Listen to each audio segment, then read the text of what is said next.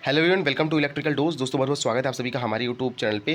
Guys, फिर से एक और नई सीरीज के साथ हम आप सभी लोग के लिए हाजिर हैं। दोस्तों जैसा कि आप सभी लोग जानते हैं, रेलवे डीएफसीसीआईएल के हम एमसीक्यू क्वेश्चन की सीरीज चला रहे हैं। आप सभी लोग जानते हैं डीएफसीसीआईएल में जो रिक्रूटमेंट आई हुई है उसका सीबीटी 1 सभी के लिए कॉमन है, और सभी में दोस्तों 10 नंबर का रेलवे ऑब्लिक डीएफसीसीआईएल से रिलेटेड जीके जीएस आने वाला है। तो उसी से रिलेटेड हम एमसीक्यू चला रहे हैं। ऑलरेडी 2 वीडियो पहले ही अपलोड हो चुके हैं, लेक्चर अपलोड हो चुके हैं। आज ये तीसरा लेक्चर है और इस वीडियो में दोस्तों हम टोटल 10 क्वेश्चन को डिस्कस करने वाले हैं विद प्रॉपर। आपको जो भी डिस्कशन होगा विद सॉल्यूशन, आप सभी लोग नंबर ऑफ क्वेश्चंस हम भले ही 10 डिस्कस करेंगे, लेकिन एक्सप्लेनेशन के माध्यम से हम 20 से 25 क्वेश्चन को यहाँ पर कवर करने वाले हैं और बहुत कम टाइम में कवर करने वाले हैं दोस्तों। इसमें आपका बिल्कुल भी टाइम लॉस नहीं। आप वीडियो की स्पीड 1.5 कर लेंगे तो आपका ज़्यादा से ज़्यादा टाइम भी सेव हो जाएगा, क्योंकि 2.0 करने में बहुत ज़्यादा स्पीड तेज हो जाती है, क्योंकि मैं ऑलरेडी ही बहुत तेज बोल देता हूँ। तो चलिए दोस्तों वीडियो को स्टार्ट करता हूँ। इससे पहले एक चीज़ और इन्फॉर्मेशन आपको दे दूँ, डीएफसीसीआईएल की बहुत डेडिकेटेड टेस्ट सीरीज चल रही है, ये आप सभी लोग जानते हैं। लेकिन आज क्या चेंज मैं आपको बताने वाला हूँ दोस्तों। बहुत सारे लोग हमारे लिए कह रहे थे कि सर किसी तरह से हमें ऑफर लगा के कुछ भी प्राइस डीएफसीसीआईएल की कम कर दीजिए, क्योंकि हम भी डीएफसीसीआईएल की टेस्ट सीरीज ज्वाइन करना चाहते हैं। बहुत सारे लोगों का मैसेज आया था। तो दोस्तों 2 दिन, मतलब आज जब ये वीडियो अपलोड हो रही है, आज और कल के दिन दोस्तों हम 2 दिन का ऑफर लगा रहे हैं डीएफसीसीआईएल की टेस्ट सीरीज पर। डोज 22 आप अगर अप्लाई कूपन कोड में जाएंगे तो डोज 22 करेंगे तो आपको 22% का ऑफ मिल जाएगा, और डीएफसीसीआईएल की सीरीज मात्र आपको 100 रुपीज़ में मिल जाएगी। तो जो लोग नहीं ज्वाइन किए हैं और ज्वाइन करना चाहते हैं जरूर ज्वाइन कर लीजिए, क्योंकि इसके बाद डीएफसीसीआईएल की टेस्ट सीरीज पर कोई भी ऑफर नहीं आने वाला है। चलिए दोस्तों मैं वीडियो को स्टार्ट करता हूँ। 1952 है पहला क्वेश्चन है। 1952 में कुल डैश इंडियन रेलवे जोन अस्तित्व में आए थे। देखिए दोस्तों, इसमें बोला कि 1952 में कितने रेलवे जोन अस्तित्व में आए थे, तो 6 रेलवे जोन अस्तित्व में आए थे। अब क्या क्या नाम है उनका, उन्हें देख लेते हैं। 1952 में कुल 6 भारतीय रेलवे जोन अस्तित्व में आए थे, और ये जोन कौन से हैं? दक्षिणी रेलवे, मध्य रेलवे, पश्चिमी रेलवे, उत्तर रेलवे, उत्तर पूर्व रेलवे और पूर्वी रेलवे। और 1951 में भारतीय रेलवे का राष्ट्रीयकरण किया गया था, ये भी एक इंपॉर्टेंट क्वेश्चन है। और 1952 में इसके पुनर्गठन के हिस्से के रूप में जोन बनाए गए थे। रेलवे की दक्षता और समन्वय में सुधार के लिए जोन बनाए गए थे, ताकि अलग अलग डिवाइड हो जाए और इसका जो दक्षता हो या फिर इसके समन्वय में जो सुधार हो, आप कैसे जो इंप्रूवमेंट हो रेलवे की कंडीशन में, अच्छे तरीके से हो जाए जोन वाइज डिवाइड करने में। स्वर्णिम चतुर्भुज योजना भारत के डैश प्रमुख महानगरों को जोड़ता है। देखिए दोस्तों, ये थोड़ा सा एक टॉपिक से इधर क्वेश्चन है, लेकिन हो सकता है ये भी पूछ लिया जाए। तो स्वर्णिम चतुर्भुज योजना के अंतर्गत 4 प्रमुख महानगर जुड़ते हैं। कौन कौन से महानगर जुड़ते हैं? दिल्ली, कोलकाता, चेन्नई, मुंबई। ये स्वर्णिम चतुर्भुज राष्ट्रीय राजमार्गों का एक नेटवर्क है जो 4 शहरों को जोड़ता है। दुनिया का ये पांचवा सबसे लंबा राजमार्ग है, जिसकी लंबाई दोस्तों 2846 किलोमीटर या 3633 मील आप कह सकते हैं। राजमार्ग 2000 के दशक की शुरुआत में बनाया गया था, और ये मतलब 4 जो शहर है हमारे, दिल्ली, कोलकाता, चेन्नई, मुंबई, इन चारों शहरों की जो कनेक्टिविटी है उन्हें बहुत अच्छा करता है। चलिए थर्ड क्वेश्चन है, निम्न में से कौन सा रेल बुनियादी ढांचे की क्षमता बनाता है और बढ़ाता है? तो कौन सा ऐसा सिस्टम है, कह सकते हैं आप, कौन सा ऐसा संगठन है जो रेलवे के बुनियादी ढांचे की क्षमता बनाता है और बढ़ाता है? तो रेल विकास निगम लिमिटेड। रेल विकास निगम लिमिटेड RVNL जिसे बोलते हैं, एक सरकारी स्वामित्व वाला उद्यम है जो रेल बुनियादी ढांचे की क्षमता को बनाता और बढ़ाता है। 1986 में रेलवे के बुनियादी ढांचे के विकास के लिए परियोजना शुरू करने के लिए उद्देश्य से शामिल किया गया था। देखिए दोस्तों, ये भी आ सकता है RVNL को कब शामिल किया गया था? तो 1986 ईस्वी में RVNL को शामिल किया गया था। RVNL का फुल फॉर्म आप सभी लोग समझ भी गए होंगे, रेल विकास निगम लिमिटेड। ठीक है। और RVNL ने रेलवे लाइनों के निर्माण, मौजूदा लाइनों के दोहरीकरण, डबल लाइन बिछाने में, और रेलवे लाइन के इलेक्ट्रिफिकेशन मतलब विद्युतीकरण, और रेलवे निर्माण के निर्माण सहित कई परियोजनाएं स्टार्ट की है। RVNL रेलवे के क्षेत्र में कई नई तकनीकी विकास में शामिल भी रहा है। तो दोस्तों यहाँ पे आप बेसिकली समझ गए होंगे कि जो रेल विकास निगम लिमिटेड है वो रेलवे को बढ़ाने के लिए, उत्तरोत्तर विकास के लिए इसकी एक बहुत महत्वपूर्ण भूमिका है, और इसको 1986 में भारत में रेलवे के बुनियादी ढांचों को सुधारने के लिए स्टार्ट किया गया था। तो ये भी एक इंपॉर्टेंट क्वेश्चन है। देखिए, किसी भी चीज़ के बारे में, रेलवे से रिलेटेड संगठन के बारे में आपको जानना इंपॉर्टेंट, आपको पता भी होना चाहिए कि हाँ भाई, रेल विकास निगम लिमिटेड जो है, जो हमारा रेल की बुनियादी ढांचे क्षमता को मजबूत करता है, उन्हें बढ़ाता है, उसका वो कब अस्तित्व में आया था, वो काम क्या करता है, क्या क्या इंप्रूवमेंट उसने अभी तक किए हैं। तो इससे क्वेश्चन रिलेट करने में आसानी होती है। भारत में रेलवे का निर्माण कब प्रारंभ हुआ था? तो 1850 ईस्वी में भारत में रेलवे का प्रारंभ हुआ था। और भारत में यहाँ पे देखिए, रेलवे का जो प्रारंभ 1850 में हुआ था।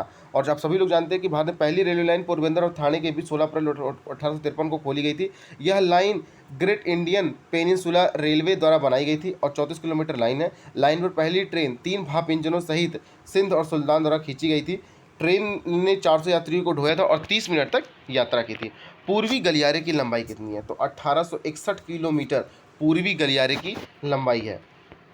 पूर्वी कॉरिडोर की लंबाई 1861 मीटर है। यह एक डेडिकेटेड फ्रेट कॉरिडोर है। पूछा भी जा सकता है कि डेडिकेटेड फ्रेट कॉरिडोर के पूर्वी कॉरिडोर की लंबाई कितनी है, तो 1861 किलोमीटर ये पूर्वी कॉरिडोर की लंबाई है। यह एक डेडिकेटेड जो फ्रेट कॉरिडोर है जो पंजाब में लुधियाना के पश्चिम बंगाल में दानकुनी को जोड़ता है। कॉरिडोर का निर्माण dedicated freight corridor corporation of India limited DFCCIL द्वारा किया जा रहा है। इसके 2023 में ही पूरा होने की उम्मीद है।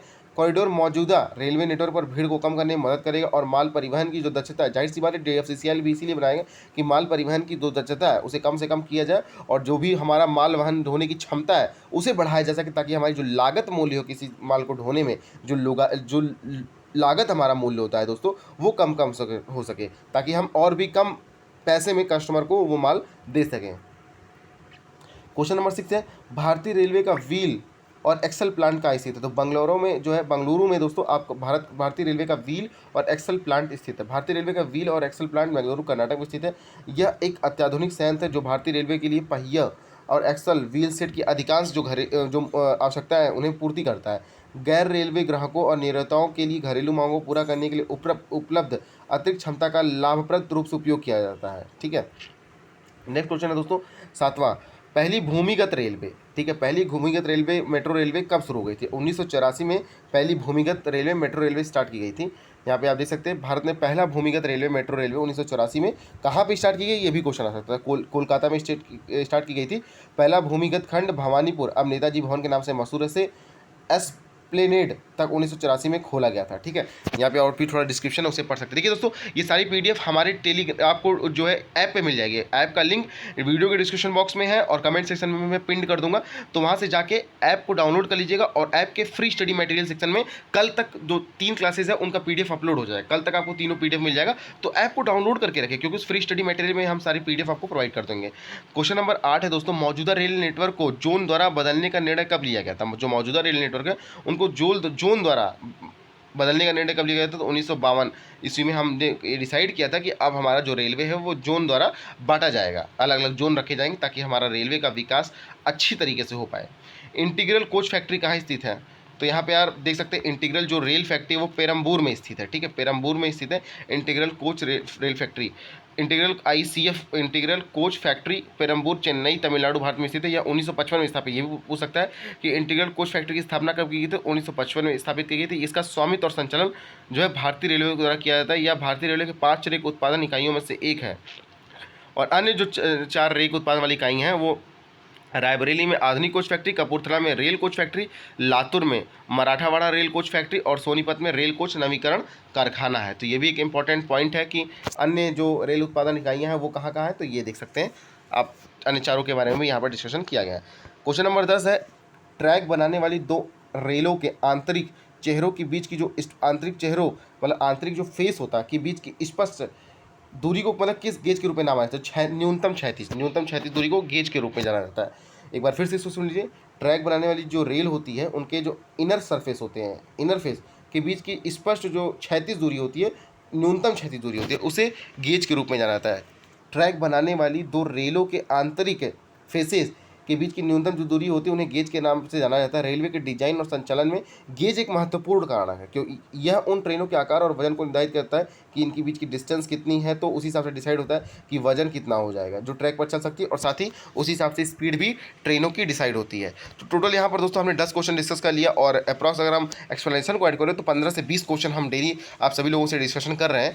तो अभी ये तीसरा डोज इंपॉर्टेंट था खत्म हो दोस्तों। तो बहुत सारे लोगों का पॉजिटिव कमेंट आया था तो उससे हमारा भी मोटिवेशन बढ़ता रहता है। आपको ये वीडियो कैसा लगा, क्वेश्चन की सीरीज कैसी लग रही है, आप कमेंट सेक्शन में हमें जरूर बताएं ताकि हम और इंप्रूवमेंट के साथ और बेहतरीन क्वेश्चन के साथ आप सभी लोग के लिए सीरीज कंटिन्यू रख सके। कमेंट सेक्शन में ये चीज़ जरूर मेंशन कीजिए और जो लोग को भी टेस्ट सीरीज ज्वाइन करनी है वो दोस्तों आप सभी लोग, जैसा कि मैंने आपको कूपन कोड बता दिया डोज 22, एक बार फिर से जान लीजिए डोज 22 कूपन कोड अप्लाई करके कल तक आपको 22% का डिस्काउंट मिल जाएगा और ये DFCCIL की टेस्ट सीरीज मात्र आप 100 रुपीज़ में ले सकते हैं। तो चलिए दोस्तों आज की वीडियो में बचे नहीं। Thanks for watching this video, see you next time.